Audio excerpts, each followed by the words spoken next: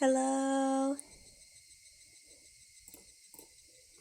Shub, Kimono, hi. How are you guys doing?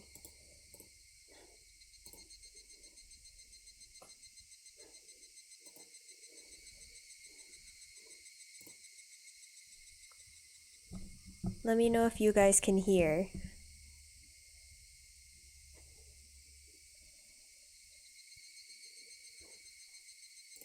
I'm back. Yes. I return. You finally finished your lyrics? Congrats! That's exciting.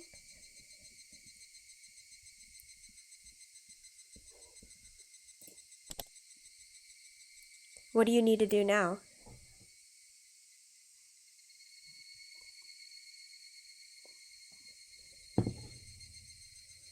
How am I? I'm good. I have tea instead of just cold water today, so I'm hoping my throat will last a little longer, because I do want to draw after this stream.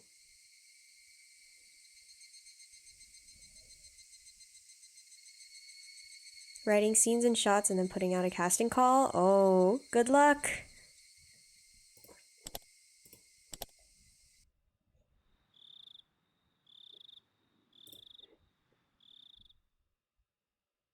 Okay, let's continue.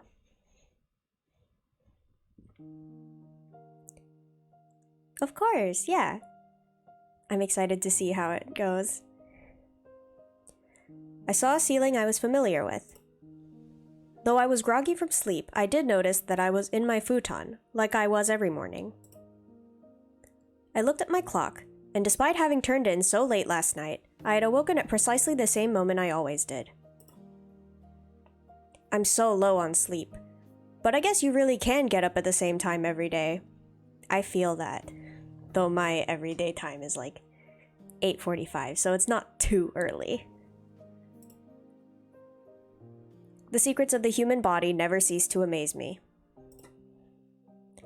If I went back to sleep like this, I would definitely not be waking up again. I spurred myself on and slipped out of my futon.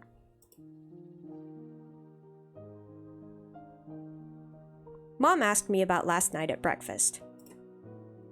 Apparently we, too, had gotten a call asking if we knew where Rika-chan and Satoko were, and Mom vaguely understood that something serious was happening. Is that a Dorito?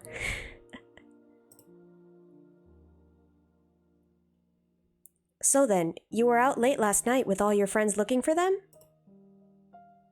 Until about 3, I think. Yeah. Did you find them? Rika-chan and Satoko-chan, I mean. Doritos in bed? I haven't had Doritos in so long. Kinda want them now. Crunch. I wearily bit into my toast. It really didn't have any taste. Just then, we heard the chime go ding-dong. I looked up at the clock and saw that it was about 5 minutes past my regular meeting time with Rena. It was her at the door. Good morning. Did you get any sleep? Did you? I think I slept for a few hours. You could probably count them on a chicken's toes, though. Rena seemed pretty sleep-deprived as well. There was something missing from her usual spirit. Are you going to school? Yeah. I think it would be better that way, she said, smiling, albeit stiffly. Rena was probably worrying her heart out about those two as well. Even so, she wanted to go to school. If you stayed home today, I think you'd just be worrying nonstop and sleeping. I don't want that. So let's go to school together. All right. Wait just a moment. I'll get ready. I was just a little bit happy about Rena mustering that much consideration for me. We went to the place where we'd usually meet up with Mion, but she was nowhere to be found. We were a little bit late today, so we thought she'd be waiting for us. I guess Mi-chan couldn't wake up today, huh? That's right. For her, it wasn't just yesterday. She was up all night looking for the mayor the night before last, too. We waited for a bit. Time passed until it got to the point where it was okay for us to go on alone, and we exchanged glances. What do? Wait a little longer? At that point, my brain, which had finally been woken up by the morning air, recalled the ominous words Oishi-san had left with me last night. The leaders of the three families were disappearing one after the other. And next, it might be the Sonozaki's leader. Could Mion have... No, that couldn't be. There's no way Mion disappears right now. Let's go. Let's let her sleep for today. Rena gave me a pat on the back. Mion, she's still here, right? Did you say something? Oh, nothing. Just talking to myself. Let's get moving. The two of us headed to school by ourselves. On the way, we saw a bunch of our classmates accompanied by their parents. It even looked like some of them were being taken to school by car. Surprisingly, the principal was also standing watch at the school gate. I'd never seen that before. Good morning. Good morning. The principal was bowing to our classmates' guardians. The wooden sword leaning next to him was a little ominous. Ayo?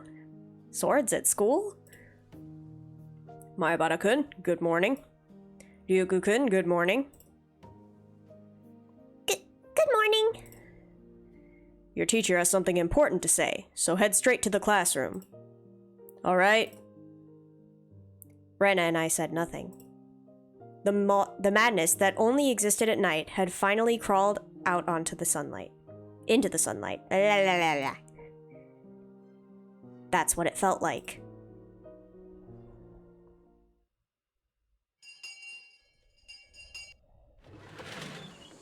Good morning, everyone. The hushed conversations that had been spreading for a while now all disappeared like an illusion the moment our teacher walked in the door. Silence dominated the classroom. The principal came in with our teacher as well. This was clearly not a normal morning. First, the principal has something important to tell everyone. Go ahead, Mr. Principal.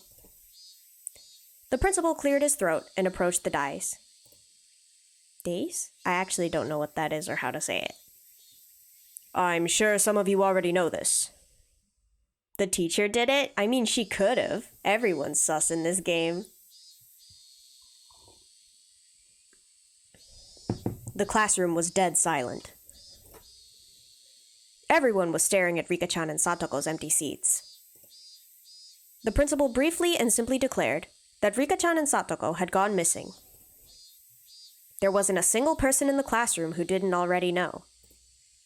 There seemed to be many, however, who couldn't accept it as the truth. It had been confirmed to them now by the principal's words. You started to watch the anime of this game in episode 1. Are you watching the new one or the old one? There were sobs throughout the classroom, and I heard a kid crying. They steadily spread throughout the whole room.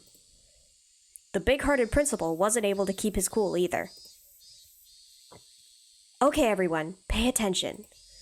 From today on, your parents or guardians will be taking you to school. No clue?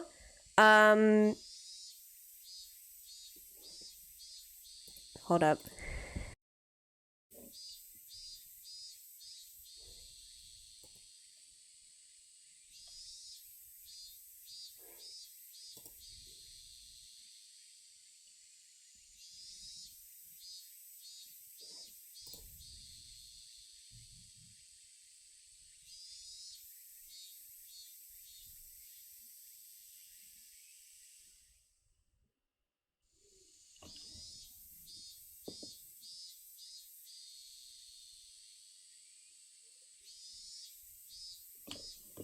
Gosh dang it, Wi-Fi.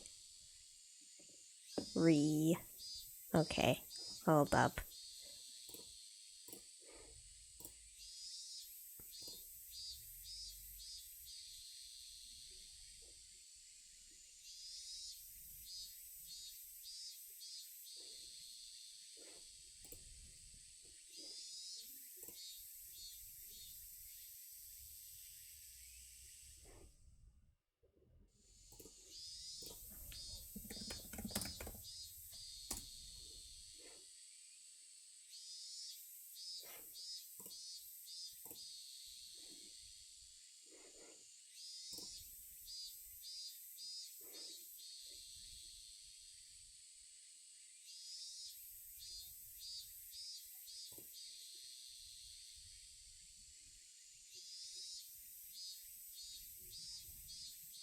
Am I back? Your Wi-Fi exploded? I think it was mine. I'm pretty sure it was mine. Because my stream died.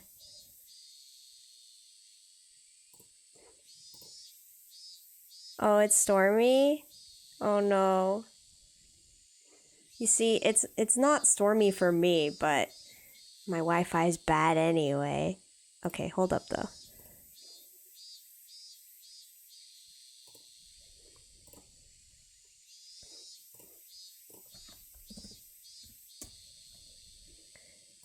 Does the art for the anime you're watching look like this? Do I have an Ethernet cable? No, I don't. Unfortunately.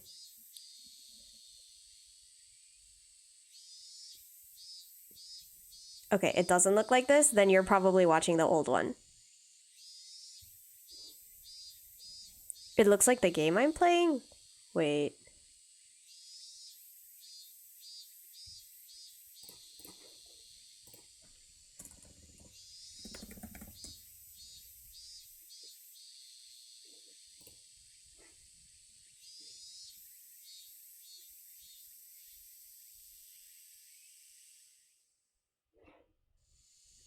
Oh wait, do you not see the... Hang on.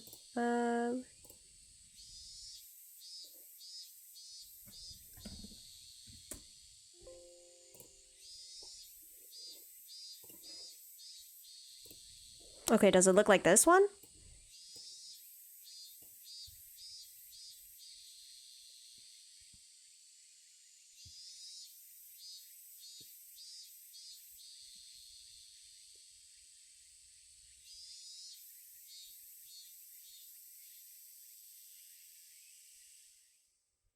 Because this is what the old anime art looks like. Yeah, the heads are way too big. Yeah, it's the old one then.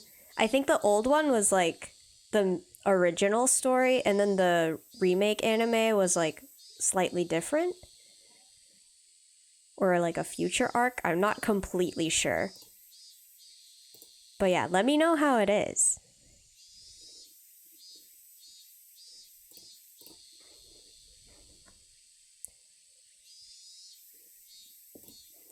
All right, back to the thing. For those of you whose parents can't do so, you'll be coming here in groups. I made a handout, so read it carefully and be sure to show it to your parents. There were 2 other animes too called Higurashi When They Cry Sotsu and Go. Oh, I wonder if those are like the answer arcs. Because I know each chapter of Higurashi has a specific name. Like this one is Watanagashi, and the first one was Onikakushi, so maybe it correlates with one of the chapter names.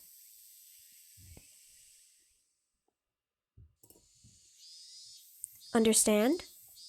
The teacher's voice was a little abrasive. Not even she could conceal the strain she felt from this unprecedented, abnormal situation.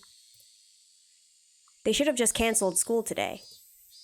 However, Rena told me that the school was also like a nursery for the students whose parents both worked, so some of them wouldn't want school to be canceled. Well then, let's begin the lesson. Class president, She's absent, I see. I'm watching it dub, so if you have to ban me, I'd understand. Nah, it's fine. I'm not gonna judge. If you want to watch it dub, you watch it dub. Then whoever's on day duty, let me hear it. All rise! That feeling of wanting to maintain an everyday atmosphere, even if only in school, precisely because our lives had been messed up, was something that I agreed with at this point. You know, I really can't judge about sub and dub because this game is technically dubbed. It's been translated, so. Because I can't read Japanese.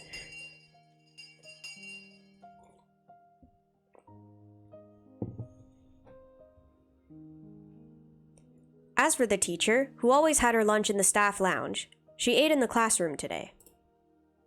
I had to laugh at her curry bento, which was just a rumor until now, but there was nobody to laugh with me. Rena brought her chair and lunch over to my seat. Today, it was only the two of us. The fact that we didn't need to drag any other desks over was sad. I'm sleepy. Ah, thank you, Stream Element Spot.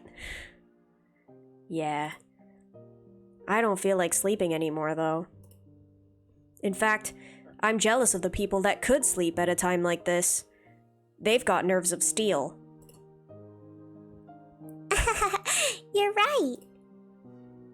I was sleepy this morning, but my drowsiness had dissipated after coming to school and constantly feeling the incredible tension.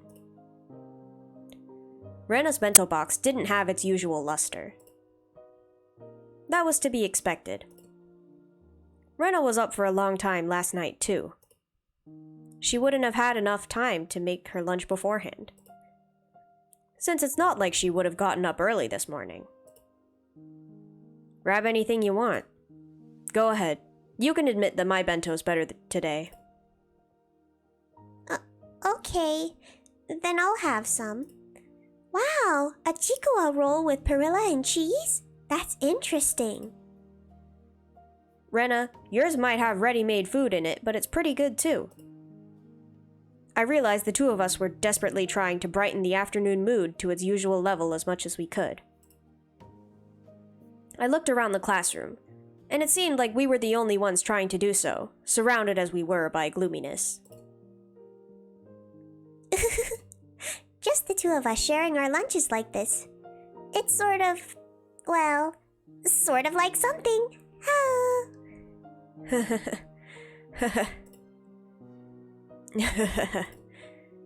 Our laughter grew quieter. I was the first one to mess up. Sorry. I'm sorry. No, it's okay. It's not your fault. Our chopsticks both stopped moving. We couldn't keep it up anymore. Rika-chan, Satoko, I wonder where they went. Those words might have sounded too miserable. Everyone was thinking it, using roundabout ways to address the topic. But I came right out and said it. I heard Rena catch her breath. Yesterday, while you were gone, I heard a bunch of things. So I'll tell you what I know, okay? Sorry again about last night. Go ahead. At that time, since they had arrived for support, Rena was helping the Ladies' Society cook the miso soup we'd had. They reported all the information the villagers had gathered, and Rena said she overheard it. They didn't know anything important, though, did they? Rika-chan and Satoko went home after school, and then apparently went somewhere on their bikes. But other than that, Mion had told me yesterday. We had no clues. Yeah. The police also said that they probably went out on their bikes to go play somewhere as soon as they got home. If they were going out to play somewhere on their bikes right after getting home, then they might have gone into town. So I guess they concluded they disappeared a while in Okinomiya. The police were saying how they were going to expand their search to Okinomiya in the morning. in town. It'd make sense why we couldn't find them, even though we searched all of Hinamizawa then. Still, something didn't fit. I had no basis for thinking that, just a gut feeling. I revealed something to Rika-chan that was likely very important to her that day. Then, Rika-chan had told me to leave it to her. And then, what did she say? Oh, right. If she didn't work hard, then something bad might happen to the dog too, I think. With all the talk of dogs and cats, I still didn't have the faintest idea what she really meant. But it might have been Rika-chan's way of saying this was a race against time. Dang it. I'd selfishly pushed my anxiety on Rika-chan and tried to run away. When I thought about it, I shouldn't have run back then. I should have asked her more about the dogs and cats. The more I think back on it, I really screwed up. Anyway, I don't think Rika-chan was in a situation where she would just go off to play somewhere. Of course, I didn't have any evidence or conviction to base that on. It was just a hunch. I don't think she'd go into town. You think so too, Keiichi-kun? I agree. Rika-chan and Satoko-chan must have disappeared in Hinamizawa. I looked back at Rena, startled. I could hear the conviction in those words. Without replying to my gaze, she took her bento box and went to the hallway. I'm going to go rinse this out. She timed that in a way that broke off the conversation. Suddenly, I got the feeling that the next thing she had to say would be hard to say aloud in the classroom. I hurriedly grabbed my bento box and followed her.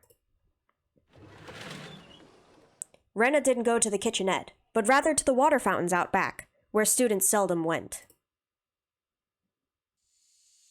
The water flowed down onto our bento boxes. During that time, Rena didn't say a word. Then, after making sure there were no other students around, she finally opened her mouth to speak. The whole thing about Rika-chan and Satoko-chan going to town to play and then disappearing? That didn't make sense for some reason. So I decided to investigate a little bit myself. Who did you ask? What did you ask them about? I asked the Ladies' Society all kinds of things. There was a lot of tofu in the miso soup yesterday, remember? The old lady from the Tomita Tofu shop came too. The Tomita Tofu shop. Oh, I remember. That was one of the stores on the road leading to the hospital. Those huge lumps of tofu dancing in the bathtub-like cistern always look nice and refreshing. The old lady says she remembers Satoko-chan stopping to buy tofu there on her way home from school. Tofu? Well, it's on the way home, right? How is that a clue? Just listen. Do you remember when we went to Rika-chan's house? Rena stepped away from the sinks and spread her arms wide to recreate the space of Rika-chan's room. There was a pot on her gas cooker, and there was miso soup in it. I think there was probably about half of it inside. The rest was in the refrigerator. They must have been planning to make chilled tofu. It was on a plate in plastic wrap. As Rena explained, she walked around as if she really were going through Rika-chan's room. Still, Rena, why does this matter? Keiichi-kun, when you make miso soup, you put the tofu in last. That means that Rika-chan, or Satoko-chan, whoever was cooking, was standing there making it up until right before dinner time. Hi, Gray, how are you doing? Right up until dinner time? Wasn't everyone saying that their bikes weren't around, so they must have gone somewhere to play by themselves? The trash in the countertop bin was put in there really awkwardly, too. Rika-chan makes most of their food and lunches, but occasionally Satoko-chan does it too. Struggling? You don't know how to use the animation tool in Clip Studio Paint? Oh, yeah. That one, it takes a lot of, like, trial and error from my experience. I like, semi got it to work, but also, like, trying to color with multiple layers, that's where I get lost for animation.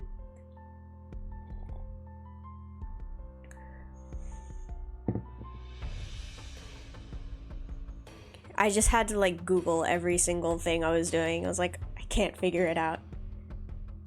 You're trying to have one thing that doesn't move and one thing that does, and you don't know how to do that. If it's not moving at all, could you just like take it out of the animation folder entirely and leave it as a background? I assume that would probably be the easiest way to do it.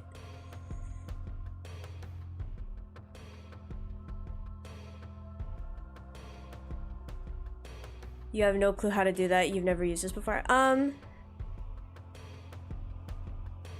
Okay. Give me 1 sec.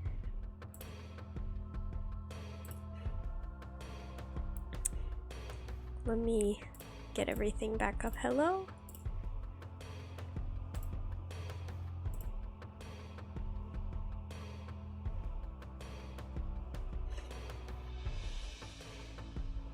Just gonna eat that.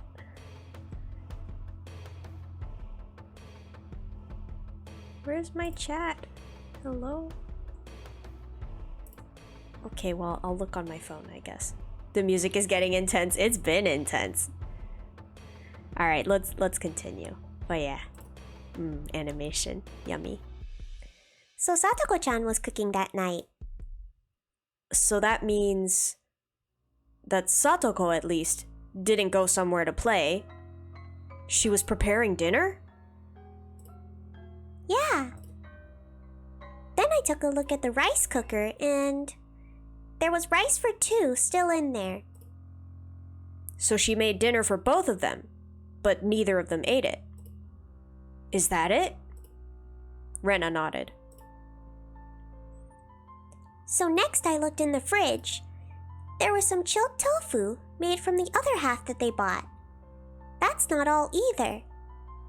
There were a whole bunch of plates with side dishes for dinner, and all of them were in plastic wrap. You usually plastic wrap things so that you can have leftovers for the next day. My mom does it all the time too, using them in breakfast or lunch. That's right. You use plastic wrap to save leftovers for later. So the fact that they were in the fridge means that they didn't plan on eating them that night, at least. Is that what it means? Keiichi-kun, think a little harder. Their dinner was totally untouched and wrapped up. What do you think that means? Well, that means they didn't need to eat dinner anymore. So they would have gone out to eat or ordered takeout. It must have been really sudden, too. If they had decided to do that beforehand, they wouldn't have made anything, but there was dinner for the two of them. That means that when Satoko-chan was making their dinner, they really thought they were going to eat it until right before they didn't. So then, the theory about the two of them going out to play and then disappearing is wrong. They should have gone to Nando's. Maybe they did. Who knows? They're missing. Is it common to go missing at a Nando's? Yep. They disappeared after making dinner and right before they ate it. Probably around 7 o'clock. Where would they have gone at a time like that by themselves without eating? That's obviously where this is leading. Wait, you know Nando's? I've heard of it. I've never been. But I've heard people mention it. Keiichi-kun, do you remember? On their fold-out table, there were things like soy sauce and a chopstick holder. There might have been something like that. I didn't remember. The container for the soy sauce, it was empty. There wasn't even a drop left. chilled tofu wouldn't taste good without it. So I looked under their sink for the larger bottle of soy sauce they have. If you ever go to the UK, I'll take you to Nando's? Okay, sounds good. If I ever go, I'll let you know. You sure know a lot about where they keep stuff. I've been to Rika-chan's house and cooked for them before. Rena cleared her throat, her face returning to a serious expression. Then, when I opened the cabinet, the big bottle of soy sauce wasn't there at all. It wasn't there? What does that mean? Everything I'm going to say from here on is just Rena's idea. So please listen until the end without saying anything. Last night, Satoko was making dinner like normal. Rika-chan usually watched TV until the food was ready, so she was probably lying down watching a variety show or something. Satoko put the tofu in the miso soup, and right when dinner was about to be ready, she noticed that they were out of soy sauce. So Rika-chan, who had nothing to do, brought the big bottle of soy sauce to a neighbor's house to borrow theirs. I don't really know my neighbors that well. Would people be willing to just give her soy sauce? Yeah, it's not all that uncommon in Hinamizawa. So Rika-chan rode her bike out to get some soy sauce. No matter how long Satoko-chan waited though, Rika-chan didn't come back. So then, Satoko-chan called up the house where Rika-chan was going. Would Rika happen to be imposing on you? Something like that. Then the other person must have replied with something like this. We have plenty of food here, so you should come too, Satoko-chan. Rika-chan has already eaten. I think that's how they called her out there. Satoko called Rika a few names in private and wrapped up the dinner she had made for them. She put it in the fridge so she could use it for breakfast and lunch the next day. Then Satoko got on her bike too, and headed for the house where Rika-chan was. So a kidnapping is what they're saying. Okay, but this is already pretty strange. You don't normally make so much food that you could give it to people who suddenly arrive at your house. A veteran housewife would never normally make so much food that she could feed 2 extra people. Could it have just been a coincidence that they made too much? It's still unthinkable. Rena flatly denied me. Since Rika-chan knew that Satoko-chan had worked really hard to make dinner for them, didn't she? No matter what kind of food she was offered, she wouldn't let Satoko-chan's dinner go to waste. This was all only circumstantial evidence and Rena's guesswork. Even so, it was all extremely convincing. It was the only ray of hope we had to topple the situation bereft of clues. Then Rena, where did Rika-chan go to get soy sauce? That was the heart of it. It would have to be somewhere she'd be comfortable with asking for soy sauce. And somewhere Satoko wouldn't think it suspicious that she'd been invited for dinner. So who was it? Mion's house. Mion's house. I bet it's Mion's house. Rena slowly shook her head.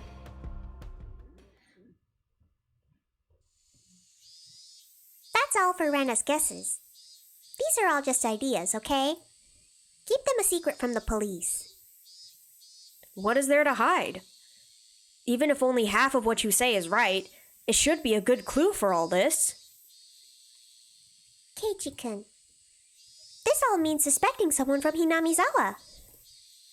We can't suspect anyone without a really good reason.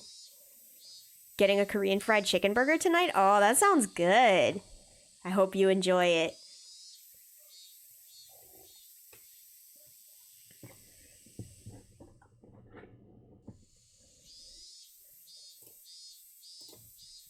I saw a few girls coming over to rinse out their bento boxes. Rena cut the conversation short there and returned to the classroom. I stayed there alone, my body bathed in the lively voices of the cicadas. Let's think about this. In my own way. Rena had barely any information to go on, and yet she'd reasoned out that much. So there should be something that only I, who knew far more than Rena did, could deduce. Oishi-san said that this last night too, but this incident was definitely occurring within Hinamizawa. Rena might not have wanted to believe it, but it's basically a given that the culprit is someone from the village. The trigger for everything was when the four of us trespassed in the forbidden storehouse. Somebody saw us going in there. For the culprits, breaking the taboo was a crime punishable by death. So that night, Tomitake-san and Takano-san were sacrificed. There were two left. Shion and myself. However, before the culprits bore their fangs on Shion and me, they went after the mare, to whom Shion had confessed her sin. Next, they went for Rika-chan, to whom I'd confessed my sin. Then what about Satoko? Just a stray bullet? By itself, Rika-chan being sacrificed after I told her everything was mortifying. But Satoko, who was sacrificed for no reason, wasn't that all the more regrettable? Everything was my fault. Who would be the next to disappear? Would it be Shion and me next time? Why? Why weren't the culprits going for Shion and me right away, though? If they had enough power to erase the mayor and Rika-chan, then why not just get rid of Shion and me? If they went for us, well, I wouldn't like it, but I could still tolerate it. What I couldn't forgive was them getting rid of those we'd confessed to. Now that I think of it, yesterday, Shion said something alarming. She felt like someone was watching her. So then, was someone watching me as well? Strangely though, I hadn't felt anything like that until now. Even though I'm the root cause of everything, I had never once had that impression. Maybe that was simply because Shion was more cautious than me, and I was just careless. That's another story, though. Let's get back on track. Why were the culprits going after Shion and me? I felt like that's where the key to this lay. Could it be? Was I making a big assumption that I shouldn't have been? I thought and thought, but couldn't come up with an answer. The one thing I understood was that I was a concerned party to this case, and that I had a duty to watch over it until everything got resolved.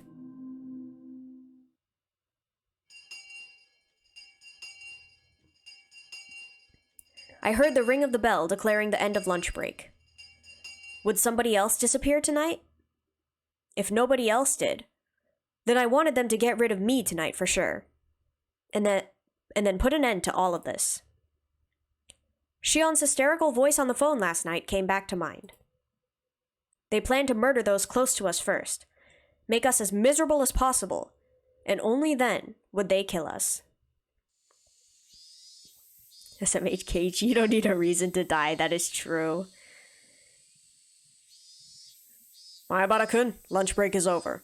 Go back to the classroom. At the principal's urging, I returned to the classroom, which was quiet as the streets at night.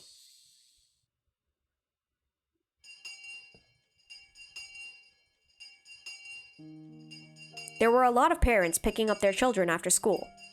It was just like a kindergarten. The students whose parents didn't come went home as a group. We left school with everyone else, following the assigned route. Even while leaving, nobody said anything funny. They all looked like exhausted mountaineers silently marching through the mountains. As we went, one left and then another. And in the end, it was just Rena and me. I was supposed to escort Rena all the way to her house, but she declined. Will you be alright? It's not safe to go alone. Long March vibes. And this is gonna be an everyday occurrence. I bet they're gonna get sick of it. It would be just as dangerous for you to go home by yourself after bringing me back, Keiji-kun. It's still light out anyway. I'll be fine. I see. Then be careful, okay? Yeah. Huh?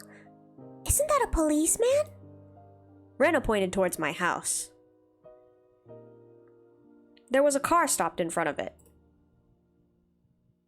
From out of that car came Oishi-san.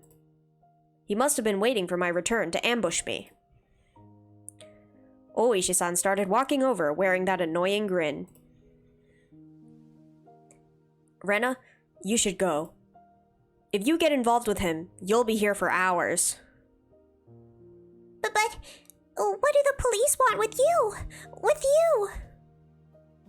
Rena's a good person. Even when I made a fuss over Rika-chan's disappearance, she never asked me why I did.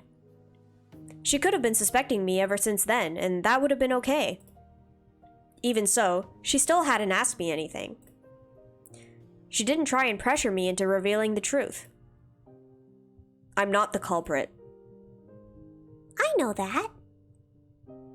That said, I can't say that I'm totally uninvolved with this incident. Rena simply listened, smiling like she always did. Even though I had insinuated I was related to the incident, she didn't look at me as though she were looking at something dirty. I'll tell you next time. Okay. I'm looking forward to it. Get going then. Rena gave me a slight bow and trotted away, leaving me alone with Oishi-san, who walked over. Hello, hello. Welcome home, my Bara-san. Hello. It looks like your parents aren't here. My, was I in a bit of a spot? He came all the way to my house? I could only thank my good fortune that my parents were absent. Since neither of them was around at this hour, they would probably be back late. I think Dad got called out on business.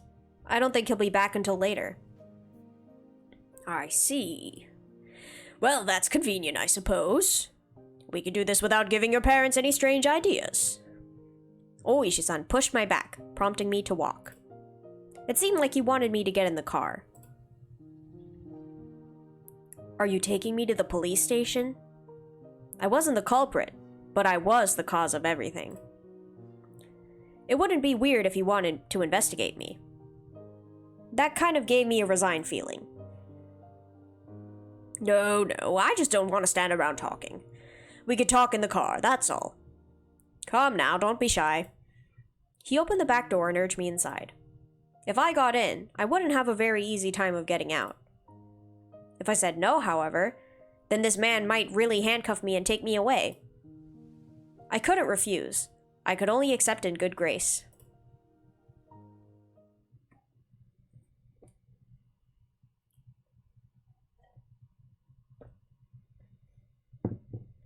The inside of the car had been cooled too much by the air conditioner, and there was a rusty smell coming from the filter, which must have been cleaned only rarely.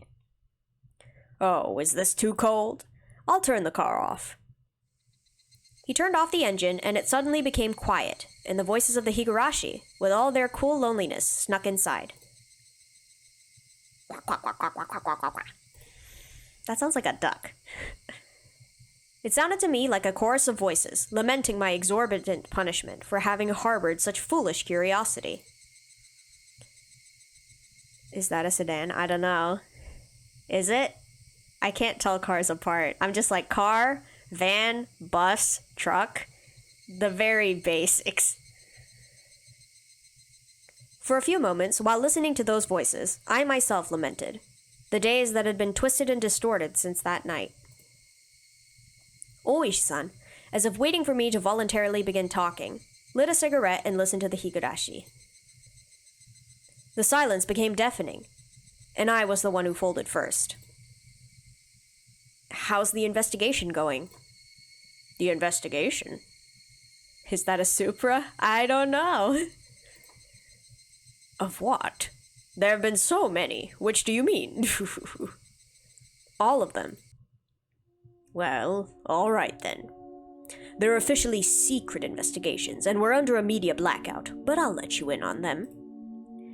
Then shall we start from the first incident? The freak deaths of Tomitake-san and Takano-san on the night of the Watanagashi.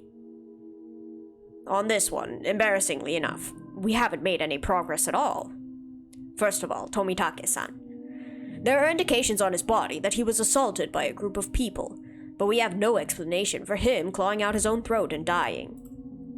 We suspect an overdose from a stimulant or something, but we didn't detect anything. I love telling children classified info. I know, this man has no filter. What about Takano-san?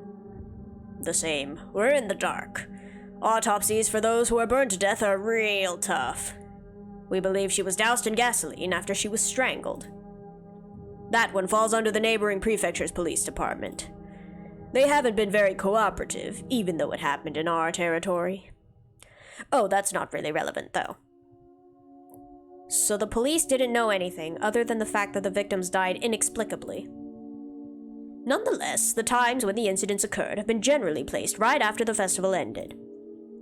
It's a bit uncertain in Takano-san's case, but the likely prospect is that she was murdered at about the same time as Tomitake-san and then dumped in the mountains. Why would they bring a dead body all the way to the mountains? They should have just brought Tomitake-san out there too. Oh my. Mayabara-san, you're quite sharp, you know that? Of course, I do believe that is something we need to be attentive of.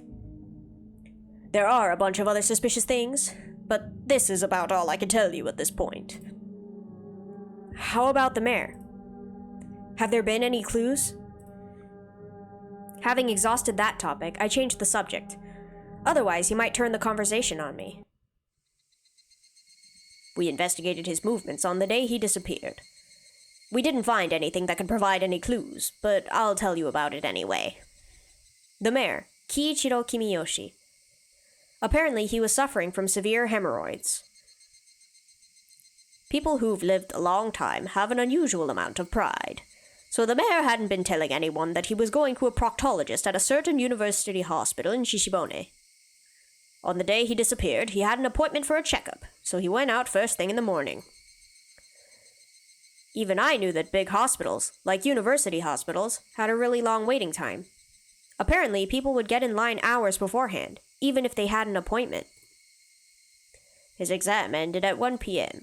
After that, he ate a light meal in the hospital restaurant and passed the time reading a magazine.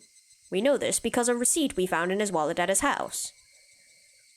There was nothing suspicious at all about that. That day, he had planned to go to a meeting in the assembly hall in the evening. He was supposed to return home with plenty of time to spare, but while he was on the train coming back, there was an accident. Seems it delayed him a bit, and he only got back to his house right before the meeting was scheduled to start. His family witnessed a very hectic mayor leaving to go to the assembly hall at the shrine. What was the meeting about? He disappeared on his way back home, right? The three families and the essential members of the town assembly were at the meeting. We think they were discussing how to deal with the serial freak death incidents that had happened again this year.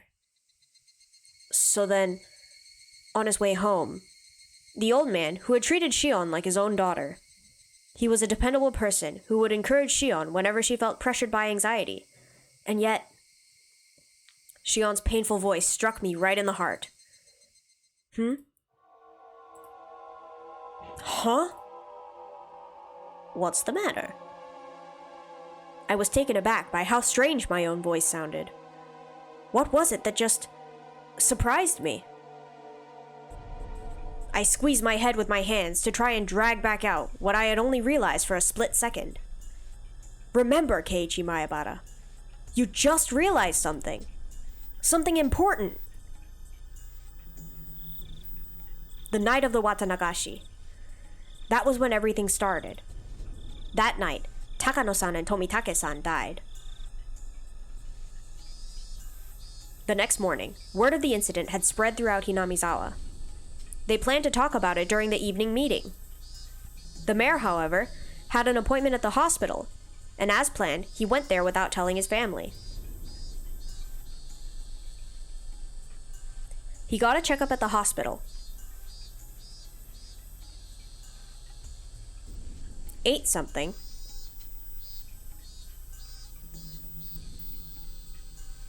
and then there was an unexpected delay on his train ride back. When he returned, the meeting was already about to start.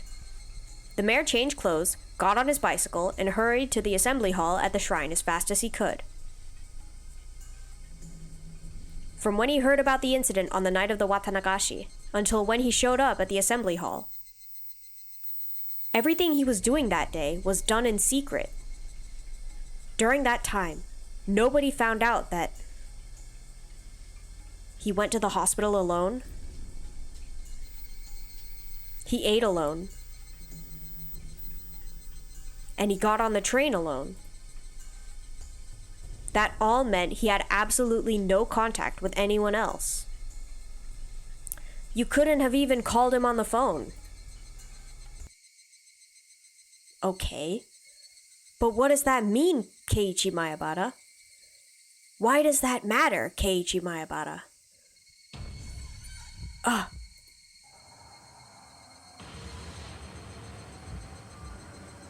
Kei-chan, what should I do? What's wrong? Tell me. We're not keeping secrets from each other, right? Old man Kimiyoshi, I told him everything. I told him everything. I told old man Kimiyoshi everything. That night, I told the mayor that we snuck into the ritual storehouse. Also that someone saw us and was out to get us. Right. What then? Old man Kimiyoshi didn't get angry. He smiled, then told me that if I was properly sorry about it, there's no way I'd be demoned away.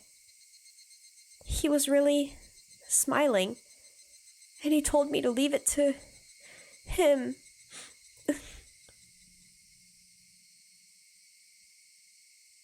Sweat burst out of my body like bullets.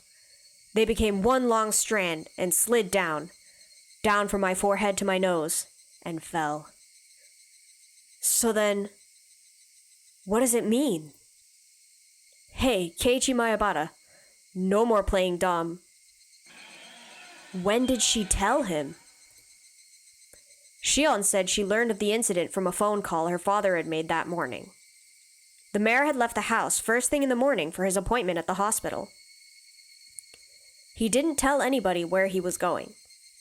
Nobody knew about him going to the university hospital.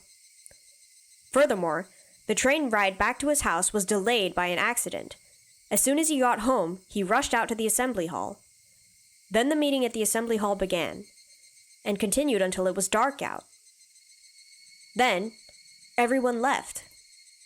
Nobody saw him after the meeting was over. He just disappeared. Which meant,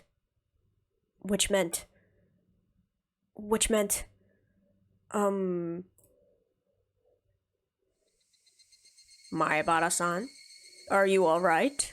If you're too hot, I could turn on the air conditioner, Another part of me was messing with my thoughts, demanding that I didn't think any further than that. My head was pounding violently, and the fluids packed inside it, all blended together until nothing made sense. It was just about to settle, yet it had been smashed and melted in the blink of an eye, no longer able to retain its shape. Maebara-san? Are you in there? Yeah. Oishi-san lit yet another cigarette. There was yet another cigarette butt placed in the ashtray. Was it displaying the passage of time? Had my thoughts been frozen over for that long? I've tried to tell you everything I know. In return, feel free to tell me anything you want, Maebara-san. It was the car did it. I mean, you could easily, kidnap someone in a car. A car could definitely have been used. My mind had become a gigantic oozing mess. My brain felt like it had been totally minced by the blades of a blender, and I couldn't think. Now, don't clam up again. If there are any misunderstandings, I'd like to clear them up first. I don't think you're the culprit here or anything." Oishi-san gave his best attempt at an adult smile. "I know the four of you snuck into the ritual storehouse that night. Everyone in the village heard rumors about it by the next day. That in itself means we should take you in for trespassing. But that isn't the problem. It's what was inside. What was inside that made the people who snuck in there end up as sacrifices?" There wasn't anything. As soon as I said it, I regretted confirming my presence there, but I knew it didn't matter anymore. Was there really nothing in there? I mean, everyone who went in is being sacrificed one by one, you know. Even the mayor and Rika-san, who switched the lock on the door, were sacrificed. What was inside that could have caused such terrible things to happen?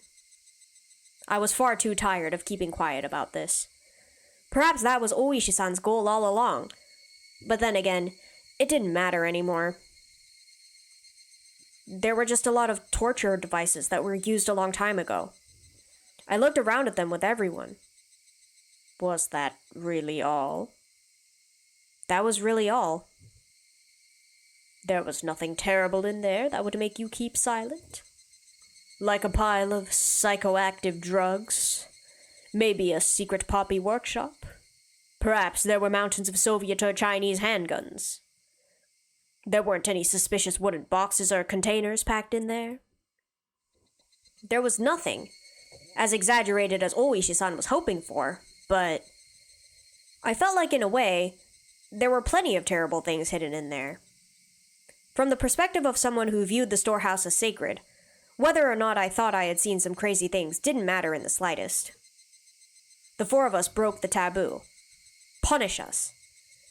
That should have been what happened. We put in a request for a search warrant, thinking that there might have been some secrets hidden in that storehouse. It's been the sabotage of the century. They say it would be an insult to religious figures, and something about the right to free religion in the Constitution. Jeez. That's why I really didn't have any other recourse but to ask you, since you went in there. There really was just old rusty-dusty torture equipment. Nothing else stood out. Then Tomitake-san and Takano-san were only killed as a punishment for having broken the taboo?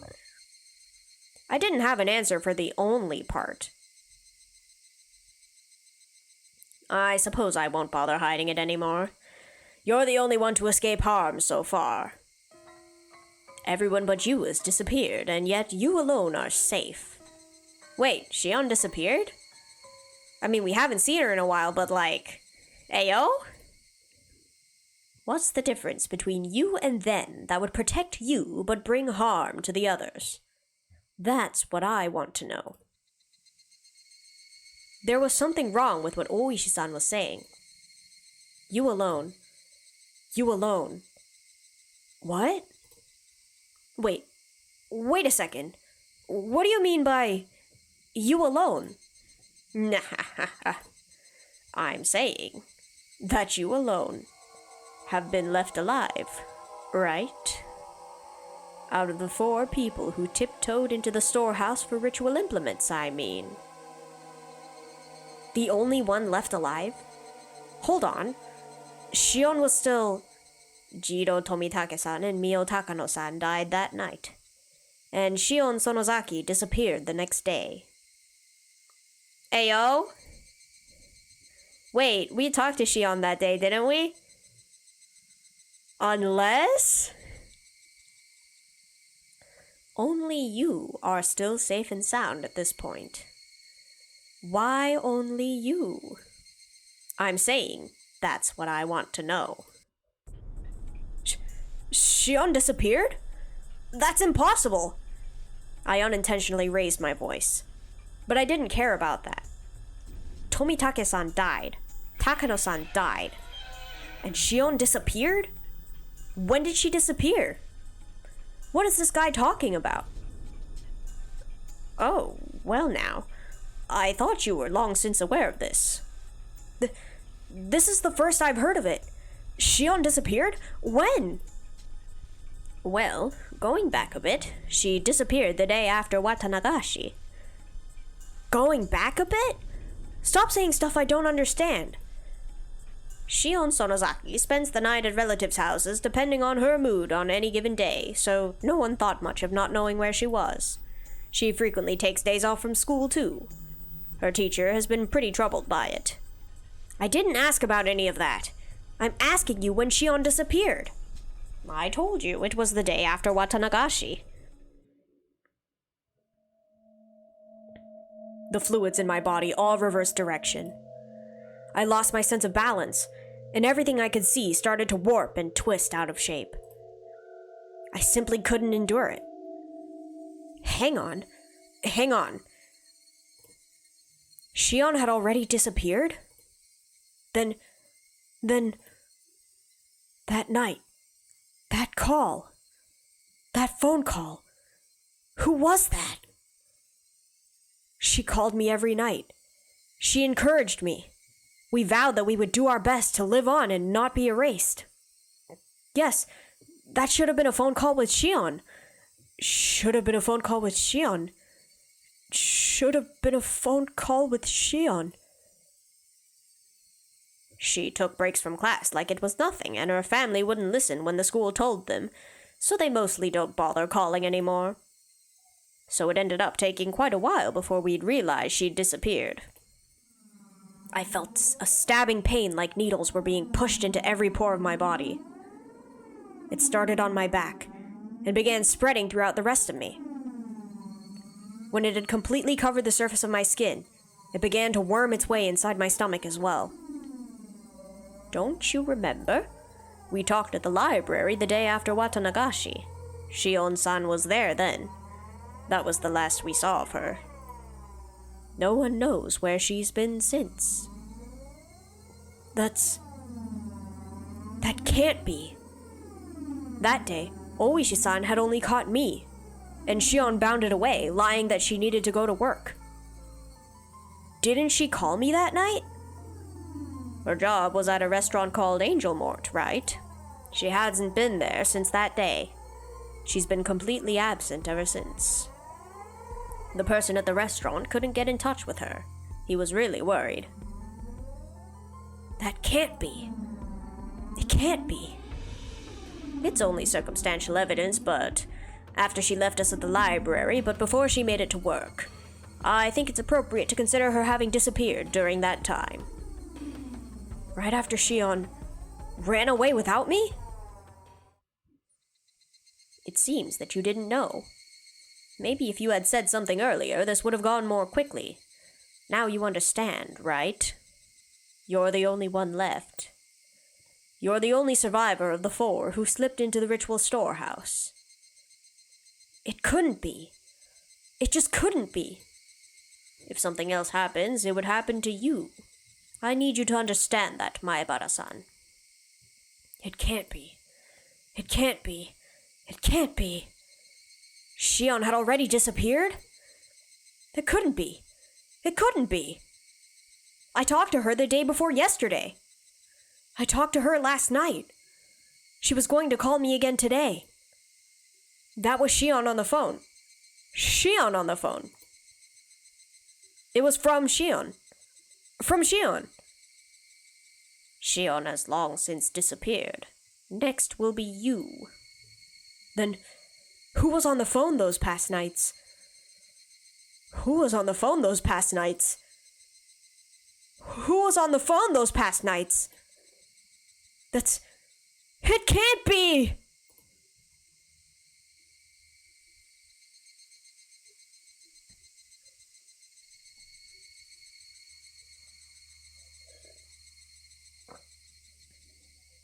Mion is so sus.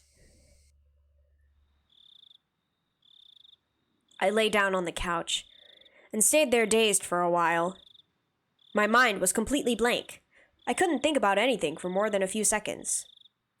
Thank you for lurking, Kimono. There was a note in my house saying that Mom and Dad would be home late and that I should have some ramen or something for dinner. I could make it whenever I got hungry, but I had no appetite, so I just stared blankly at the ceiling without eating anything. The hands of the clock were already pointing at 10. Would I get another phone call like that today? Even though Shion had already disappeared? Would she still call me? Where were they calling from? And who were they? The more I thought about it, the more I started to tremble. I even thought about just disconnecting the phone line. If I'd been thinking a little less logically, I really would have done it too.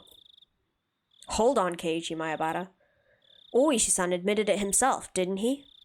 That Shion went missing a lot? Couldn't she have just gone to relatives that Oishi-san didn't know about and have been there ever since? Shion and I were both being targeted by somebody, so it wouldn't be strange to think that she went somewhere she usually didn't in order to hide. That must have been why Oishi-san couldn't locate her, and why he labeled her as a disappearance. Yeah, that had to be it. Shion hadn't disappeared at all. Then, my right hand moved of its own volition and slapped me on the cheek. Its cold sting let me calm down a little. Don't just convince yourself of the most convenient possibility, Keiichi Maebara. I knew I didn't want to admit she had disappeared. Admitting it would mean that something terrifying was definitely happening. I just needed to figure out whether Shion was the one on the phone or not. Would I ask her if she was actually Shion? That seemed like an incredibly absurd thing to do. Still, don't run from this, Keiichi. If the person on the other end still believed that I thought she was Shion, then that gave me a tiny advantage. Casually, completely casually, I would listen to what she had to say. And fend her off. I would tear the skin off the monster. It would definitely be really scary for me. However, as the last survivor of the people who went into the storehouse that night, this was my duty to perform. Still, then who would call me and pretend to be Shion? I may have only heard her over the phone, but her voice shouldn't be that easy to replicate. That was definitely Shion's voice. It sounded just like her. It could have only been Shion. There was someone, though. Wasn't there? Someone who sounded just like Shion? Mion. Who else could have done this? At this point, seriously, after all this time, all those little things that didn't quite make sense about Mion until now overwhelmed my mind. Finally, he catches on that they're sus. It took him a really long time. Like being questioned about sneaking into the ritual storehouse, and how she shook the ladder while spouting curses. Who else? Who else could have? Why, though? Why would Mion? I thought back to the things about the Sonozaki family that I had heard from Oishi-san and Shion. Mion was always entangled in the incidents, in a position where she was omnipotent. Some of that information included things that Shion had told me after she disappeared. I madly scratched at my head. Courage. Give me the courage. Just a little bit of courage to pick up the phone. I know it'll ring tonight. It would be so easy to run away. That, though, would be the same as making it easy for them to erase me. I cannot run. I must stand up and face it. After all, the next sacrifice would definitely be me. I was sure Shion would use tricky words to try and trap me. Be careful. Be careful. I'm scared. I don't want to do this. I don't want to do this.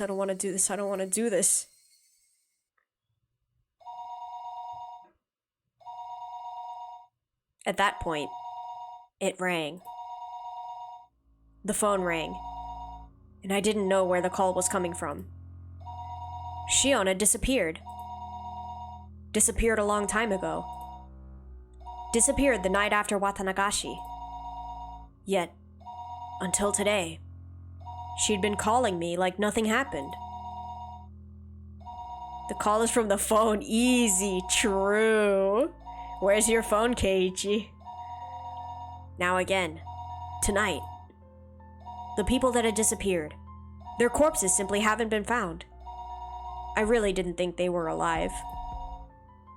So if it really was Shion on the other end, then did that mean she was calling me from another world?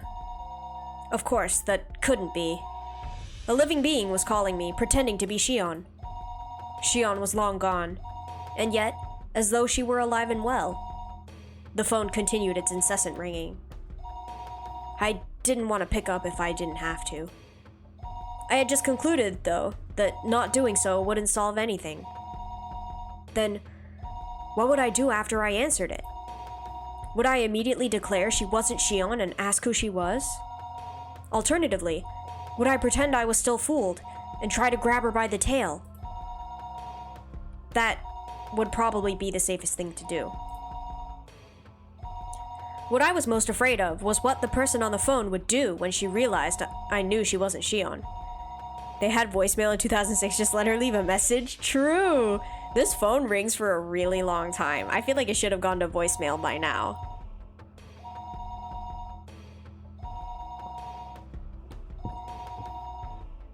Though I think the game is actually set in the 1900s, so... Did they have voicemail back then?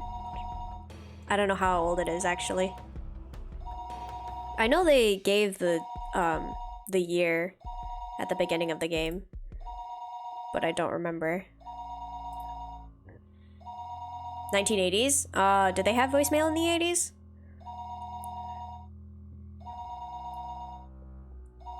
"1973 says Google is when voicemail was made, so they should have it. Weird. However, as long as I continued to let her think I was fooled, she wouldn't do anything extreme, right? If I just made sure to be careful, that should be the safest option. I've made up my mind. I'll answer the phone. Once I do that, I'll talk to her as if nothing happened. Watch it be like his mom. He's psyching himself up over that. He's like, okay, I'm gonna pretend nothing happens. Then he picks up and it's his mom. That wasn't all I'd do this time, though. I'd scope her out. Who was she? What was she thinking? And what was she after? Why was she doing this? Was she really the one who killed Tomitake-san and Takano-san? What happened to the mayor? What happened to Rika-chan and Satoko? I reached out for the receiver, my arm trembling. There were too many things I wanted to know. Too many things I wanted to ask. I was scared. I should start by picking up the phone. Pick it up, Keiichi. Pick it up, Keiichi! Hello? Oh, how relieved I would have been if it hadn't been a call from Shion. Ah, Kei-chan. It's me. It's Shion. What a good start. I know he's already stuttering. My momentary, convenient, and above all fleeting prediction was ripped into 1,000 pieces. I couldn't help shaking at this point. Get ready for this. You took a long time to pick up. I thought you weren't home and I was about to hang up. Sorry. I was just in the bath. Did your family not pick up for you? Could your parents be out right now, Kei-chan? Oh, that's scary. Oh, no. I failed. I let her in on a fatal piece of information, that I was currently the only one at my house. Well, no, they're not really... anyway. Have you heard about Rika-chan and Satoko? No. What happened after that? Were they found? Nah. They weren't found.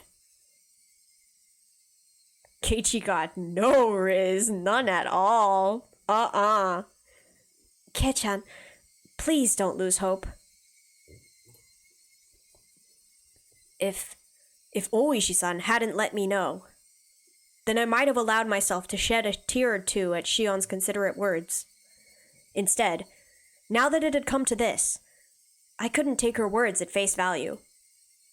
This person on the other end of the receiver, the more perfect a Shion they were, the more my blood curdled in fear. Rika-chan and Satoko. They were kidnapped, weren't they? Yes. I don't think there's much doubt. Just how cruel and grave a meaning did those words hold? Their weight astonished me. And then a moment later, I was overcome with numbness and felt like I would pass out. I had asked if Rika-chan and Satoko had been kidnapped. Shion, in turn, had answered that there wasn't much doubt. That cruel meaning behind her words. Rika-chan and Satoko were... no, I mean... I'm sorry. About the mayor, what do you think happened after he was kidnapped? Do you think he's still alive? What happened to Rika-chan and Satoko after they were kidnapped? That's what I wanted to ask, but I frantically caught myself. What if she had given that question, a terrifying response, in such a way to sound like it had nothing to do with her? I was scared of that, so I immediately brought up the mayor. That said, however much I think he was killed. Hey, wait, that was quick. I think it must be really hard to kidnap someone and keep them like they are. As long as they're not hostages, it would be most practical to kill them once you were done with them. The world started to bend so much that I almost lost my balance. The scenery in my eyes whirled around and around like the hands of a clock and tried to swallow me whole from below. I frantically put a hand on the wall to support myself. A moment later, a severe nausea welled up within me. How was she saying such things so lightly? Kill them so readily. Hey yo, this BGM? I mean, what's a human life or two anyway?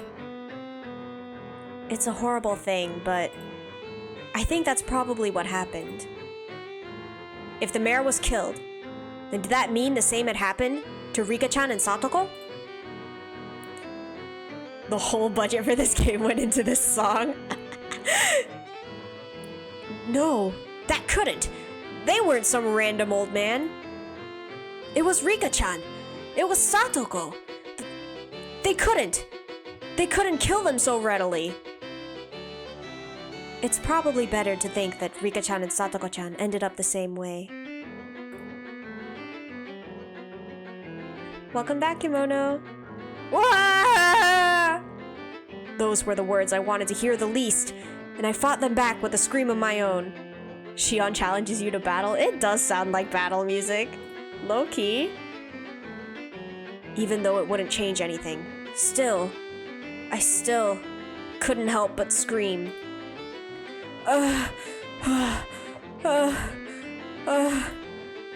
This time, the tears flowed. I'd been confronted with the most horrific outcome that I'd been trying to avoid considering ever since last night, and I cried. There was no longer any doubt that it was my fault. I killed them. I killed Rika-chan and Satoko. I succumbed to the weakness of my own heart and confessed everything to Rika-chan. That's why they were killed. That meant I killed them. When Rika-chan looked at me with those innocent eyes, if only I hadn't given in.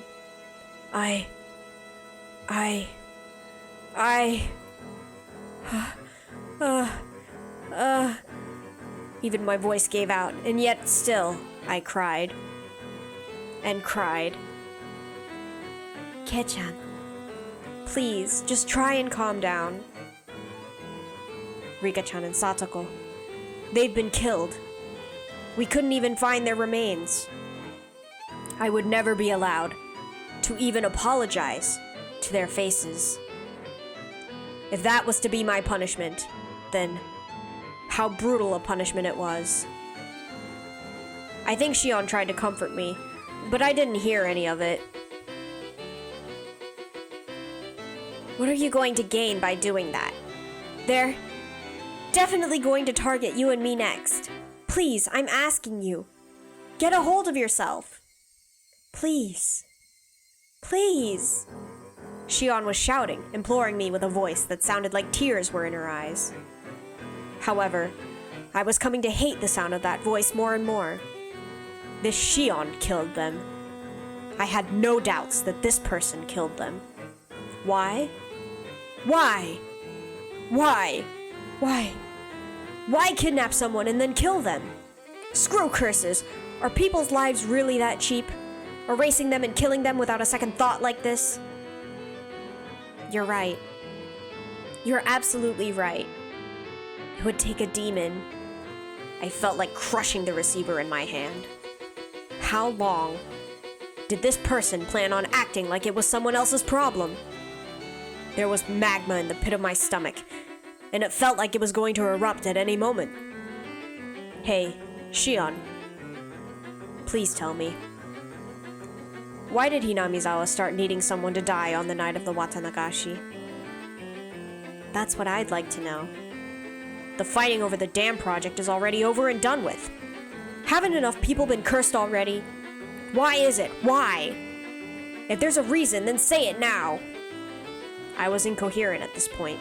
My emotions had broken through the dam inside of me, rushing forth, and I couldn't stop them. These were not simple questions. This was an interrogation. Shion herself hadn't realized it yet. It was just too funny. It was so funny that I couldn't stop crying. I understand how you feel, Kei-chan. I really do. The dam wars ended a long time ago. Yet murders and disappearances keep happening every year under the guise of Oyashiro-sama's curse. Why? Why is it happening? Some of them had nothing to do with this, and some of them didn't deserve to be cursed, so why? Why? That's what I'm asking you! I want to know that just as much as anyone. Ha! Ha! Both our ragged breaths could be heard over the phone. Listen. Oyashiro-sama's curse never existed. It's too unrealistic. Just like you said, someone in the village is using the grand name of Oyashiro-sama's curse as a justification for continuing these murders and disappearances every Watanagashi. They were cunning. They've been using the curse as a convenient tool and made a system where they would get rid of 2 enemies in the village every year. And this year, that system killed Takano-san and Tomitake-san. Then why wasn't that enough? Why did the mayor and Rika-chan and Satoko have to get killed too? I don't give a crap about the past. The only thing I care about is why Rika-chan and Satoko needed to be killed. Why is that? I didn't say a word to Satoko, you know? Why even her? Why? A silence fell between us. Shion didn't answer for a while. Kei-chan, please, stop being mean. A sob. Was Shion crying? I don't have any idea what's going on either. Everything changed when we went into the ritual storehouse that night.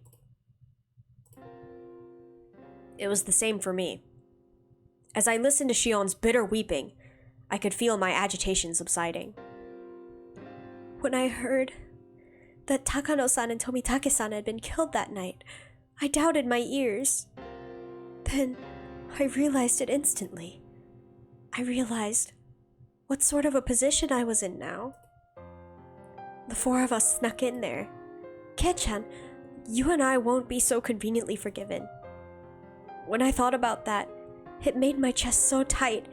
It was so terrifying. You know that feeling, Kei-chan, don't you? There was nothing fake about her words. She'd even understood how I felt. That's why I confessed everything to Old Man Kimiyoshi. All of us entered the Forbidden Storehouse. It was just a little bit of fun. We knew we shouldn't have done it, but it really had just been for fun. It was only a bit of exploration. That was all. Takano-san and Tomitake-san, who went in with us, were killed shortly afterward. They met such miserable ends. Since that day, I've been living in fear of when I would be attacked. There was nobody except Old Man Kimiyoshi who would help me, so I asked him to save me. Old Man Kimiyoshi, he wasn't mad. He smiled and said, "If you're really sorry, Shion-chan, then you'll never be demoned away." He really did smile at me and told me to leave it to him. Shion cried bitterly, recalling the beloved mare's death. It was such a sad voice that none who heard it could prevent it from twisting their hearts. Again, did I let my emotions take over and go off at her? Shion was in the same situation as me. She should have been my one and only comrade. I think Keiichi suffers from short-term memory loss. This ain't Shion, bro. Thump. My heart pounded. My other self, deep within my mind, whispered to me, "Don't forget, Keiichi Maebara. Don't forget about the mare." On the morning after Watanagashi, he was told of Takano-san and Tomitake-san's deaths over the phone and committed to a meeting that evening. He went to a hospital appointment. He didn't tell his family. He'd only made it back just in time for the meeting. He went straight to the assembly hall. That's what Oishi-san said. When did you let the mayor know? Huh? I'm sorry, Shion. It must seem like I'm kicking you while you're down, but Shion, you told him, right? You told Old Man Kimiyoshi, the mayor? Yes. I have to go to class. If I miss anything good, I'm gonna scream. Have fun with the lore. Oh, good luck with class. Don't worry, I'll upload the VOD on YouTube, so if there's anything important, I'll let you know and you can catch up. When did you let him know? Oh, so spooky? It's okay, it's not that spooky right now, Averi. I'd begun to get scared of saying it aloud after hearing her sad voice. I wasn't saying it was contradictory, though. Besides, if there was a contradiction, then I wanted Shion to explain it to me. Did you know that the mayor had a severe case of hemorrhoids and had gone to the hospital for treatment? Kei-chan? What does that have to... Please answer me. If you didn't know, then just say so. There was a momentary silence. Then, after stammering a few times, she replied, I knew that he had hemorrhoids. It looked like sitting down was really hard for him. He was going to the hospital. You know which hospital, right? I'm sorry, I don't know that much, but... Kei-chan, what does that have to do with... Shion didn't know what hospital the mayor went to. That meant it was impossible for her to have gone all the way to the hospital to confess everything. Since she didn't know his destination, then she obviously couldn't have seen him on the train either. If there was any other chance for her to contact him, it would have been after he came to Hinamizawa. The train, however, had been delayed, and he only got back right before the meeting was about to start. He didn't have time. There wouldn't have been enough time for him to listen to Shion spill the beans. I want to ask you straight. Shion, when did you tell the mayor about everything? When and where? Your answer doesn't have to be precise, but please, give me one. Kei-chan, why are you asking that? Uh-oh. Uh-oh is right. This boy. Her sob pierced into my ears. I was taken by the illusion that I was bullying her. Even so, I'll say it. If I'm wrong, then please correct me. Please prove to me that you're the real Shion. It was impossible. The day the mayor disappeared, from dawn until he vanished, there was no opportunity for you to contact him. That's... The mayor left first thing in the morning for his examination at the university hospital all by himself, without telling anyone. Shion, you just said you don't know what hospital he went to. So you couldn't have contacted the mayor until he got back. Isn't that right? His train back was delayed by an accident, and he didn't return to his house until the meeting was about to start. So there was no time for you to have told him before the meeting started either. I heard Shion repeating her weak sobs. That sort of feminine voice automatically ripped into my heart. It was so painful for me to say it. Shion, did you go to the meeting too? Did you attend it and tell him there? If you didn't, then there wouldn't have been any time left. The mayor disappeared on his way home. Shion went to the meeting, didn't she? Did she? Or didn't she? The question was so simple to answer, but she didn't give me an immediate response. Actually, with the meeting, You didn't even go to the part-time job you said you went to that day. I'll say it more directly. You haven't been seen since we were at the library together. Kei-chan, Shion Sonozaki disappeared the day after Watanagashi. The other end fell silent as the grave. It was so quiet that it was like the phone cord had been cut. I couldn't sense anyone there. Oishi-san says you've been missing. Despite that, you've been calling me every night like this, haven't you?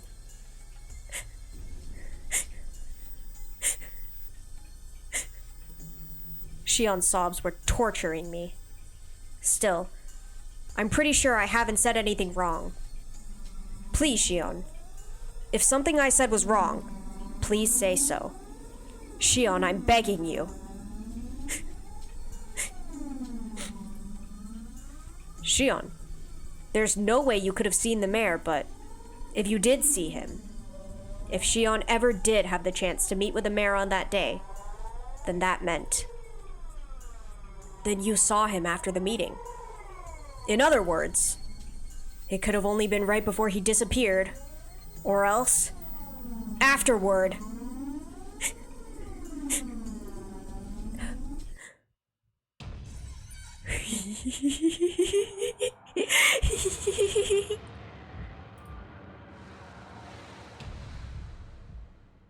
Beep, beep, went the dial tone.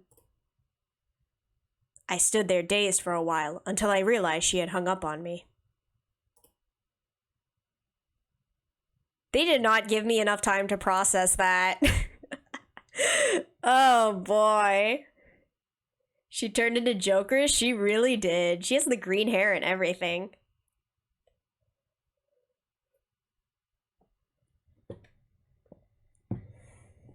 Tips. Let's go.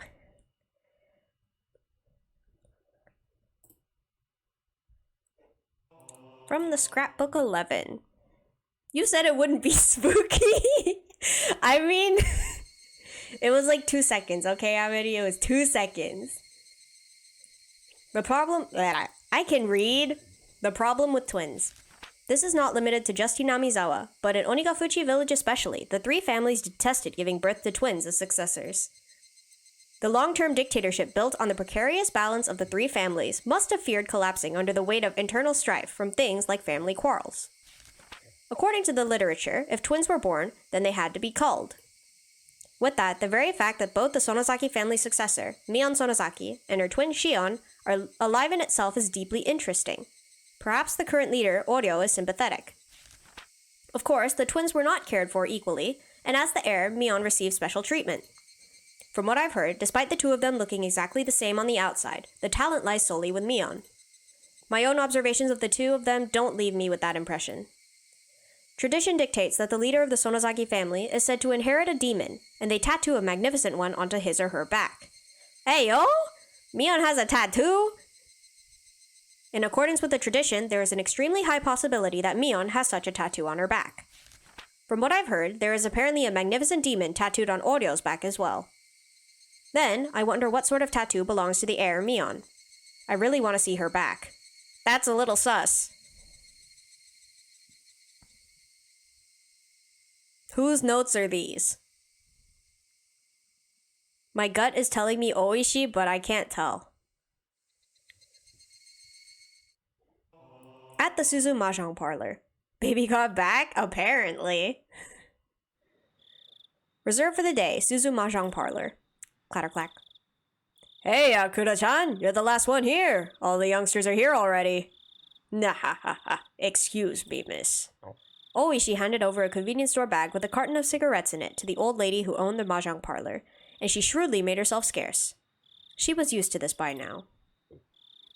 Was that supposed to be a lady? Oops. Oishi-san, good work today.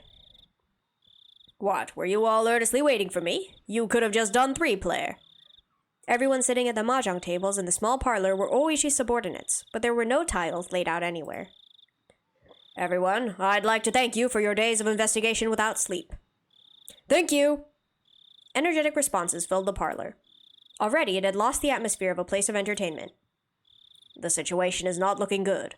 The chief appears to have backed down due to Congressman Sonozaki's threats. In the coming days, we'll hand off Takano's murder to the neighboring prefecture and give the missing persons case of the disappearance of the mayor and the others to the community division. That dang upstart chief. The veterans in the room cursed him.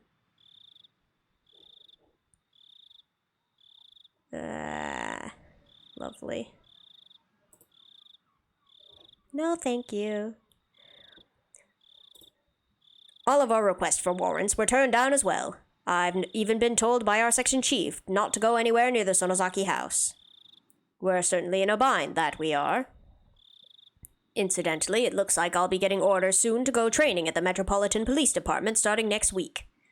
And that I've even been told to take a paid vacation in Izu. Well, I suppose that ain't bad. He heard a few dry laughs.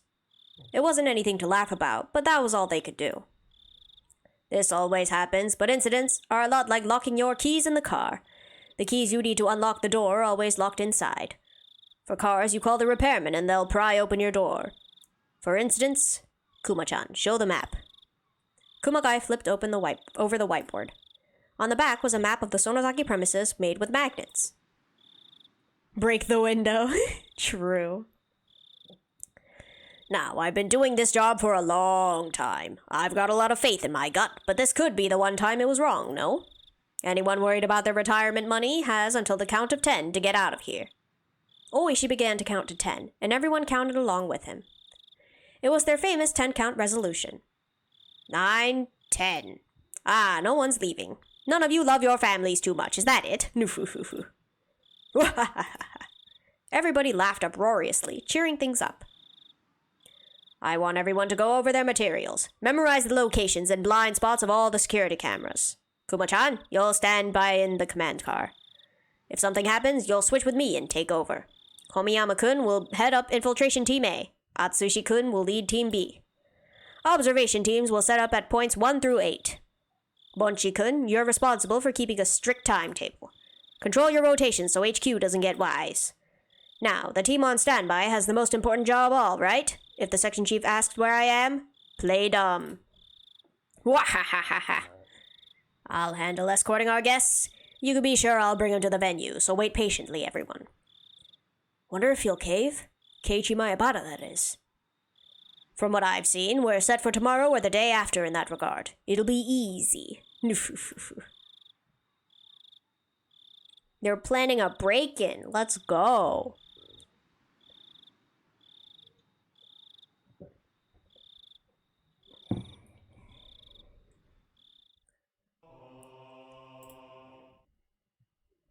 Okay, that was all for today in terms of Higurashi.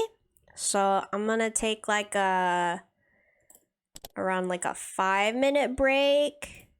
So we'll be back with drawing in a moment. If you need to head out, bye-bye. And if not, I will be back.